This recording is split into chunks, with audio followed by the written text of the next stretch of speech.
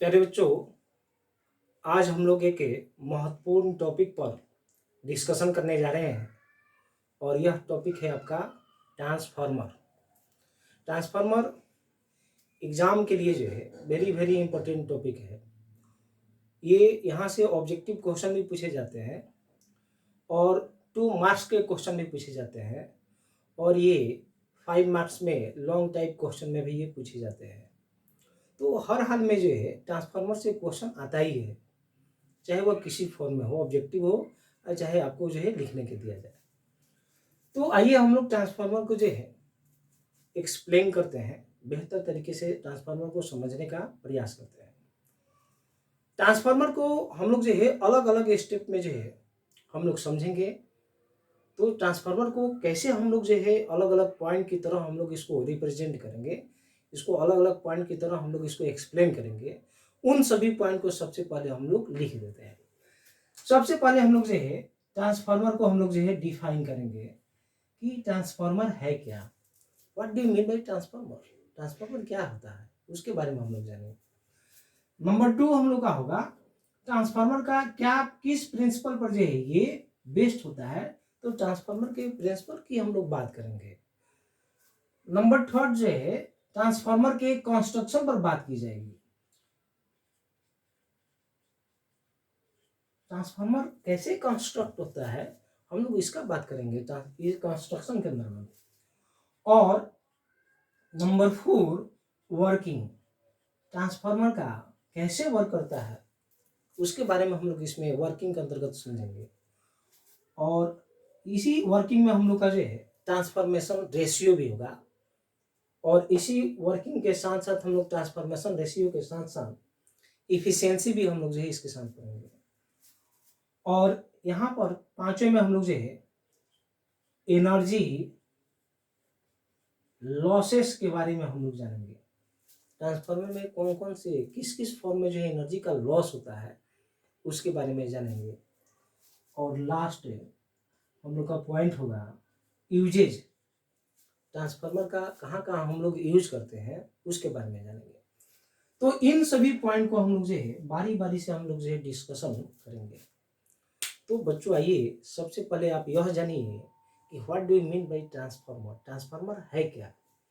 तो ट्रांसफार्मर को जब हम लोग डिफाइन करेंगे तो हम लोग बोल सकते हैं transformer is a electrical device which converting alternating current at low voltage into high voltage और vice versa।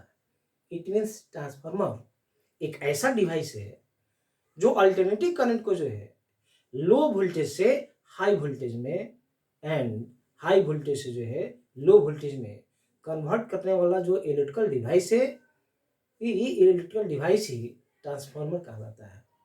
तो ये पहला हम लोग जान लें कि ये ट्रांसफार्मर होता क्या है, तो इसको हम लोग डिफाइन किए। Number 2 transformer, there are 2 types of transformer, a step up transformer and a step down transformer. Those transformer which convert low voltage into high voltage, जो भी ट्रांसफार्मर लो वोल्टेज को हाई वोल्टेज में convert करने का काम करेगा उस तरह के ट्रांसफार्मर को बोलेंगे step up transformer. and those transformer which convert high voltage to low voltage, high से लो वोल्टेज में कन्वर्ट करने का जो काम करेगा उस तरह के ट्रांसफार्मर को बोलेंगे स्टेप डाउन ट्रांसफार्मर। तो अभी हम लोग ट्रांसफार्मर क्या है, ट्रांसफार्मर के टाइप क्या होते हैं उसके बारे में हम लोग जाने। तो ये था हम लोग का डिफिनीशन। नाउ अब हम लोग आते हैं ये किस प्रिंसिपल पर जो है बेस्ड होता है। तो बच्चों आप दोनों डायग्राम में आप देख रहे हैं यहाँ पर P का मतलब है प्राइमरी और S का मतलब है सेकेंडरी। चाहे वह स्टेप अप ट्रांसफार्मर हो चाहे स्टेप डाउन ट्रांसफार्मर हो, दोनों ही ट्रांसफार्मर में ये primary coil and secondary coil जो है आपका रहता है। तो यहाँ पर हम लोग का जो है 2 कॉइल है और यहाँ से फर्स्ट वाले कॉइल से यहाँ इनपुट, ये आउटपुट, इनपुट आउटपुट नहीं। तो यहाँ पर जो फ्लक्स होता है ये फ्लक्स जो है लिंक्ड होकर जो है ये सेकंड वाले से भी हो जाता है। प्राइमरी कॉइल से जो फ्लक्स होता है ये फ्लक्स सेकेंडरी कॉइल से भी लिंक्ड होता जाता है, यानी कि इसका इफेक्ट इस पर पड़ता है, इसी तरह से इसका इफेक्ट उस पर पड़ता है। इस तरह से जब दो क्वाइल होता है तब वहाँ पर म्यूचुअल इंडक्शन होता है, और जब सिंगल क्वाइल होता है वहाँ पर सेल्फ इंडक्शन की बात होती है। Therefore in the transformer there are two coils are involve, therefore transformer is based on the mutual induction. ये किस पर बेस्ड है? तो म्यूचुअल इंडक्शन पर बेस्ड है। तो हम लोग डिफिनीशन और इसके प्रिंसिपल पर हम लोग जाने। क्वेश्चन ऑब्जेक्टिव में पूछे जाते हैं ट्रांसफार्मर किस प्रिंसिपल पर बेस्ड होते हैं, तो आपको बोलना है म्यूचुअल इंडक्शन पर ये बेस्ड होता है, क्योंकि इसमें दो कॉइल इन्वॉल्व है, प्राइमरी सेकेंडरी, चाहे स्टेप अप हो चाहे स्टेप डाउन हो। अब आइए हम लोग कंस्ट्रक्शन की बात करते हैं। तो इसके कंस्ट्रक्शन में हम लोग तीन पार्ट हम लोग लेते हैं, तीन स्टेप में हम लोग कंस्ट्रक्शन का हम लोग काम करते हैं। पहला हम लोग लेते हैं लेमिनेटेड, लेमिनेटेड ये कोर होता है, और दूसरा प्राइमरी क्वाइल होता है, और तीसरा सेकेंडरी क्वाइल है। तो इस कंस्ट्रक्शन को तीन पार्ट में हम लोग लिए। लेमिनेटेड कोर, वो जो ट्रांसफार्मर में ये वाला जो पोर्शन आप देख रहे हैं लेमिनेटेड कोर, ये वाला जो है ये सॉफ्ट आयरन का पीस होता है, और ये पूरे बल्क रूप में हम लोग सॉफ्ट आयरन का पीस नहीं लेते हैं। हम लोग ये सॉफ्ट आयरन का जो पीस लेते हैं ये पूरे मोटे रूप में नहीं लेकर जो है हम लोग जो है थिन शीट के रूप में लेते हैं, और सब थिन शीट को जो है एक साथ हम लोग जो है ज्वाइंट किए हुए रहते हैं। इस तरह के हम लोग जो है जो कोर होता है जो सॉफ्ट आयरन का बना हुआ रहता है उसको बोलते हैं लेमिनेटेड कोर। क्वेश्चन 2 मार्क्स के लिए पूछे जाते हैं transformer core is laminated why. तो ट्रांसफार्मर का कोर जब हम लोग लेमिनेटेड क्यों लेते हैं, इसका क्या कॉज है? तो हम लोग शॉर्ट में बोल सकते हैं to reduce the eddy current. जब हम लोग जो है बल्क पीस में आयरन का सॉफ्ट आयरन का पीस लेंगे तब यहाँ जो इनपुट हो रहा है करंट जो सप्लाई हो रहा है तो उसका हीटिंग इफेक्ट होगा किस में? तो आयरन के पीस में जब हीट प्रोड्यूस हो जाएगा। क्यों हीट प्रोड्यूस हो जाएगा? क्योंकि जब हम लोग मोटे पीस लेंगे यानी कि जब हम लोग बल्क पीस लेंगे आयरन का तब वहाँ पर एडी करंट प्रोड्यूस होगा, और एडी करंट के प्रोड्यूस होने से जो है करंट जो है वहाँ पर हीटिंग इफेक्ट मिलेगा करंट के कारण, और एडी करंट के कारण जो हीटिंग इफेक्ट होगा इस तरह से बहुत सारा हमारा एनर्जी उसमें लॉस हो जाएगा। ट्रांसफार्मर ब्लास्ट होने का चांस होता है, ट्रांसफार्मर आपका खराब हो सकता है।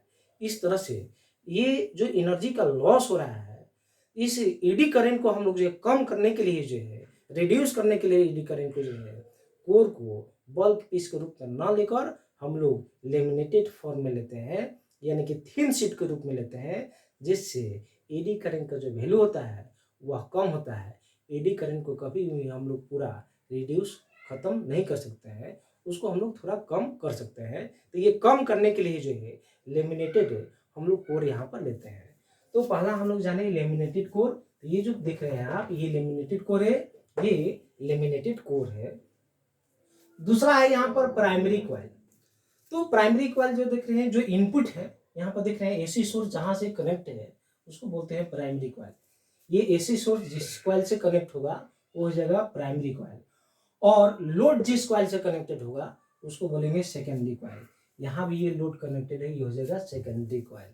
ओके, तो प्राइमरी क्वाइल यहाँ पर देखेंगे जब नंबर ऑफ टर्न्स हम लोग का कम होगा तो ये जो हम लोग का वायर होता है ये थिक होता है, और जब नंबर ऑफ टर्न्स ज्यादा होगा तो वायर हम लोग थिन देते हैं। उसी का यहाँ पर जो जस्ट ऑपोजिट है, यहाँ पर नंबर ऑफ टर्न्स ज्यादा है तो ये वायर जो है थिन होगा, और यहाँ पर नंबर ऑफ टर्न्स कम है तो यहाँ पर हम लोग वायर थोड़ा सा थिक देते हैं। तो ये हो गया हम लोग का laminated core, primary coil and secondary coil. Primary coil input से और सेकेंडरी क्वाइल आउटपुट से या लोड से जुड़ा हुआ हम लोग का रहता है। अब यहाँ पर स्टेप अप है, तो स्टेप अप में देखिए ये नंबर ऑफ टर्न्स है, देख रहे हैं ये नंबर ऑफ टर्न्स है। तो स्टेप अप ट्रांसफार्मर में जो है प्राइमरी क्वाइल में जो है नंबर ऑफ टर्न्स जो है क्या होगा, कम होगा, और सेकेंडरी में नंबर ऑफ टर्न्स ज्यादा होगा। इट मीन्स यहाँ लिख सकते हैं NP लेस देन NS, यानी कि नंबर ऑफ टर्न्स सेकेंडरी में ग्रेटर और इसमें हम लोग का इससे कम है। उसी तरह से हम लोग यहाँ पर आएंगे तो यहाँ लिख सकते हैं NP ग्रेटर देन NS, यानी कि number of turns step down में जो है प्राइमरी कॉइल में नंबर ऑफ टर्न्स ज़्यादा होगा और सेकेंडरी में जो है कम होगा। यहाँ पर नंबर ऑफ टर्न्स इंक्रीज होता है, इसलिए फ्लक्स का वैल्यू भी ज़्यादा होगा। इसलिए होगा अकॉर्डिंग टू फेराडेज लॉ, ये फॉर्मूला होता है हम लोग का -n d∅ = dt। तो बच्चों नंबर ऑफ टर्न्स इंक्रीज होगा तो ये में ज़्यादा इंड्यूस हो जाएगा, इसलिए वोल्टेज इंक्रीज होगा तो ये क्या हो गया स्टेप अप। तो नंबर ऑफ टर्न्स ज़्यादा होने से क्या हो जाएगा ईएमएफ ज़्यादा इंड्यूस होगा, तो ये क्या हो जाएगा वोल्टेज इंक्रीज हो जाएगा, ये कहलाएगा स्टेप अप ट्रांसफार्मर।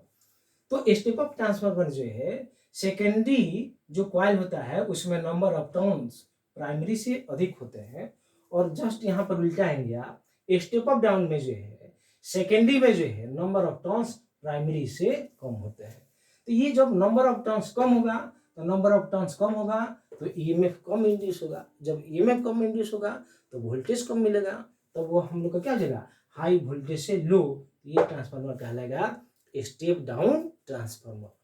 तो अभी हम लोग जो है डिफाइन किए ट्रांसफार्मर को, उसके प्रिंसिपल के बारे में जाने, उसके कंस्ट्रक्शन के बारे में जाने।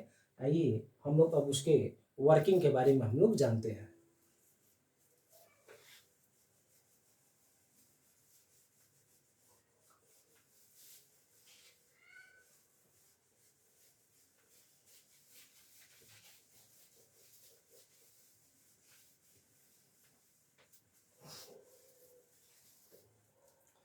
अब देखिए बच्चों, अब हम लोग वर्किंग को देखिए कैसे यहाँ पर हम लोग जो है काम करेंगे। अब ट्रांसफार्मर में यहाँ पर जो है एसी सोर्स हम लोग जो है अप्लाई किए हैं, तो फ्लक्स चेंजिंग होगा किसमें प्राइमरी में। तो फ्लक्स चेंज होगा तो इसमें जो है ये according to Faraday's law AC current में क्या था करंट का वैल्यू धीरे धीरे इंक्रीज होगा, डिक्रीज इंक्रीज डिक्रीज, इस तरह से जब करंट का वैल्यू इंक्रीज और डिक्रीज होगा तब क्या हो जाएगा ईएमएफ इंड्यूस होगा, और जब ईएमएफ इंड्यूस होगा तो हम लोग यहाँ पर लिख सकते हैं ईपी, यानी कि प्राइमरी कॉइल में जो है ईएमएफ इंड्यूस होगा उसके लिए हम लोग लिखेंगे -NP, और यहाँ लिख सकते हैं d∅ by dt ये हो जाएगा। उसी तरह से अब ये जो फ्लक्स हम लोग का इसमें चेंजिंग हो रहा है वही फ्लक्स जो है सेकेंडरी कॉइल से लिंक्ड हो जाता है। तो सेकेंडरी जब फ्लक्स इसमें चेंजिंग हो रहा है और ये लिंक हो जाता है सेकेंडरी से, तो सेकेंडरी में भी फ्लक्स चेंजिंग होने लगता है। जब सेकेंडरी में भी फ्लक्स चेंजिंग होने लगेगा तो सेकेंडरी में भी ईएमएफ इंड्यूस होगा। तब हम लोग यहाँ पर लिख पाएंगे ES, यहाँ लिख पाएंगे -NS d∅ by dt।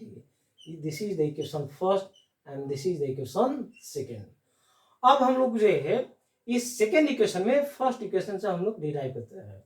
अब यहाँ पर देखिए जो फ्लक्स यहाँ पर चेंजिंग हो रहा है ये दूसरे वाले से लिंक हो जाता है, इस तरह से दूसरे वाले में भी हम लोग का ईएमएफ इंड्यूस होता है। तो यहाँ पर हम लोग का जो है ईएमएफ और एक यहाँ पर हम लोग को ईएमएफ हम लोग को मिलता है। तो यही हम लोग का जो है वोल्टेज एक यहाँ है और दूसरा वोल्टेज हम लोग का यहाँ पर। अब हम लोग जो है सेकेंड इक्वेशन में फर्स्ट इक्वेशन से हम लोग डिवाइड करते हैं, यहाँ लिख पाएंगे ES/EP और -NS d∅ by dt upon -NP और ये हो जाएगा d∅/dt। यह से यह हम लोग कैंसिल करते हैं। ये डिराइवेशन हम लोग एक मान लेते हैं जो ट्रांसफार्मर है वह आइडियल ट्रांसफार्मर है, उसके लिए हम लोग काम कर रहे हैं। अब ये माइनस से माइनस आपका भी ये हो जाएगा, या माइनस से इधर भी मल्टीप्लाई और इधर भी मल्टीप्लाई किए, इस तरह से ES/EP ये हो जाएगा NS/NP। तो यहाँ पर हम लोग जो है ये जो रेशियो मिलता है इस रेशियो को ही हम लोग बोलते हैं ट्रांसफॉर्मेशन रेशियो। तो ये ट्रांसफार्मर का जो है ट्रांसफॉर्मेशन रेशियो कहलाता है। बच्चों अगर मान लीजिए कि ट्रांसफार्मर आइडियल है, हम लोग आइडियल के ही डिराइव कर रहे हैं, आइडियल के लिए काम कर रहे हैं, तो एनर्जी का लॉस नहीं होगा। आइडियल ट्रांसफार्मर में एनर्जी का लॉस नहीं होता है, हम लोग यह मानते हैं। जब एनर्जी का लॉस नहीं होगा तो प्राइमरी के लिए हम लोग पावर के लिए फॉर्मूला पढ़े हैं, जनरल फॉर्मूला है करेंट इलेक्ट्रिसिटी में P = VI। तो जब प्राइमरी की बात करेंगे हम लोग उसमें कितना पावर होगा, तो पावर के लिए बात करेंगे प्राइमरी के लिए, तो जब एनर्जी का लॉस नहीं होगा तो आप यहाँ लिख सकते हैं इनपुट पावर = आउटपुट पावर। हम लोग लेंगे आउटपुट पावर इनपुट का मतलब हो गया प्राइमरी के लिए और आउटपुट का मतलब हो गया सेकेंडरी के लिए। तो इसमें बात करेंगे तो हम लोग लिखेंगे ईपी। अब यहाँ पर देखिए वोल्टेज के लिए हम लोग ईएमएफ लिख दिए ईपी और करंट के लिए लिख देंगे हम लोग आईपी। और सेकेंडरी में यानी कि आउटपुट में आएंगे तो सेकेंडरी के लिए लिखेंगे या लिखेंगे ईएस और यहाँ लिख देंगे आईएस। अब हम लोग ईपी को इधर ला देते हैं और आईएस को इधर लाते हैं, लिखेंगे आईपी अपॉन आईएस और ये जगह ईएस अपॉन ईपी। और यहाँ पर देखिए ES upon EP, ES upon EP इसको ट्रांसफॉर्मेशन रेशियो बोलते हैं ना, ये ट्रांसफॉर्मेशन रेशियो है और इसे हम लोग आर से रिप्रेजेंट करते हैं। तो ये हम लोग का कहलाएगा आर। इस तरह से ट्रांसफॉर्मेशन रेशियो के लिए हम लोग फॉर्मूला यहाँ लिख सकते हैं E S upon E P और यहाँ लिख पाएंगे हम लोग N S upon N P और ये हो जाएगा I P upon I S. तो आपको ध्यान रखना है ये नंबर ऑफ टर्न्स और ईएमएफ जो इंड्यूस हो रहा है उसके साथ ऊपर में हम लोग सेकेंडरी लेकिन करंट के साथ हम लोग प्राइमरी देते हैं। तो इस तरह से हम लोग जो है यहाँ पर हम लोग जो है ट्रांसफॉर्मेशन रेशियो तक की हम लोग काम किए। अब यहीं पर हम लोग जो इफिशियंसी जानते हैं कि इस तरह से हम लोग ट्रांसफार्मर का इफिशियंसी निकालते हैं। तो बच्चों इफिशियंसी का यहाँ पर हम लोग लिख सकते हैं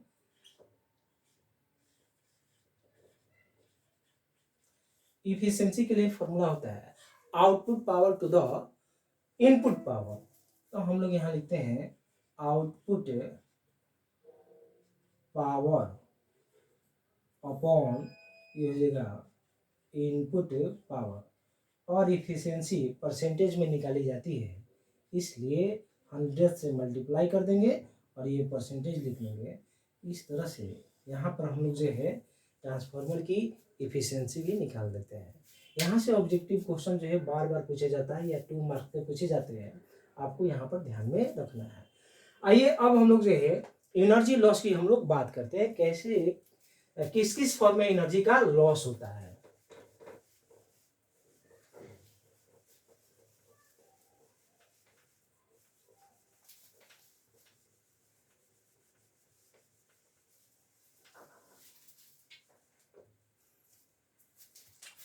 तो देखिए बच्चों पहला हम लोग का जो एनर्जी का लॉस होता है, अब हम लोग इसका हम लोग डिस्कशन करने जा रहे हैं। पहला एनर्जी का जो लॉस होता है इसको बोलते हैं आयरन लॉस। नहीं तो आयरन लॉस का मतलब क्या है, जो इनपुट हम लोग का यानी कि एसी यहाँ देख रहे हैं, एसी सोर्स जो हम लोग अप्लाई किए हुए हैं, ये हम लोग का जो है कोर के रूप में ट्रांसफार्मर का जो कोर है ये सॉफ्ट आयरन कोर होता है और इसमें लेमिनेटेड हम लोग कोर यूज करते हैं। जब इनपुट हम लोग अप्लाई करते हैं वहाँ पर अप्लाइड किया जा रहा है तब ये जो सॉफ्ट आयरन के पीस है उसमें ईडी करंट प्रोड्यूस हो जाते हैं और ईडी करंट प्रोड्यूस होने के कारण जो है हीटिंग इफेक्ट ऑफ करंट होता है, हीट प्रोड्यूस हो जाता है। इस तरह से एनर्जी जो है, जो इलेक्ट्रिकल एनर्जी है उसका कुछ हम लोग का एनर्जी जो है हीट के रूप में हम लोग का जो है लॉस हो जाता है ड्यू टू ईडी करंट। और ये जो एनर्जी का लॉस हो रहा है, हीट एनर्जी जो प्रोड्यूस हो रहा है, थर्मल एनर्जी, ये आयरन में हम लोग का हो रहा है, इसलिए इस लॉस को हम लोग जो है आयरन लॉस के नाम से हम लोग जानते हैं। नंबर 2 हम लोग का है, दूसरा हम लोग बोल सकते हैं ये आयरन, पहला हम लोग का हो गया आयरन लॉस, दूसरा को हम लोग बोलते हैं कॉपर लॉस। अब देखिए कॉपर लॉस क्या है।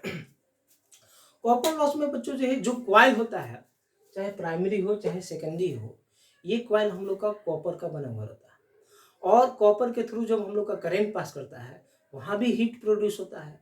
इस तरह से एनर्जी हम लोग का वहाँ भी लॉस होता है और ये एनर्जी जो है कॉपर क्वाइल में हो रहा है, इसलिए इस लॉस को हम लोग जो है कॉपर लॉस के नाम से हम लोग जानते हैं। तीसरा हम लोग का जो लॉस होता है इसे हम लोग बोलते हैं फ्लक्स लीकेज के नाम से जानते हैं। फ्लक्स लीकेज का मतलब क्या हो गया कि प्राइमरी कॉइल से जितने भी हम लोग के फ्लक्स लिंक्ड होते हैं ये टोटली जो फ्लक्स है सेकेंडरी वाले कॉइल से नहीं लिंक हो पाते हैं, यानी कि यहाँ पर जितना फ्लक्स चेंजिंग होगा टोटल फ्लक्स यहाँ पर चेंजिंग नहीं होता है, कुछ फ्लक्स हम लोग का डिस्टर्ब हो जाता है। इस तरह से फ्लक्स में जो भी हम लोग का डिस्टर्बेंस होता है उसे ही हम लोग जो है फ्लक्स लीकेज के नाम से हम लोग जानते हैं। और नंबर 4 जो है हिस्टैरिसीस लॉस।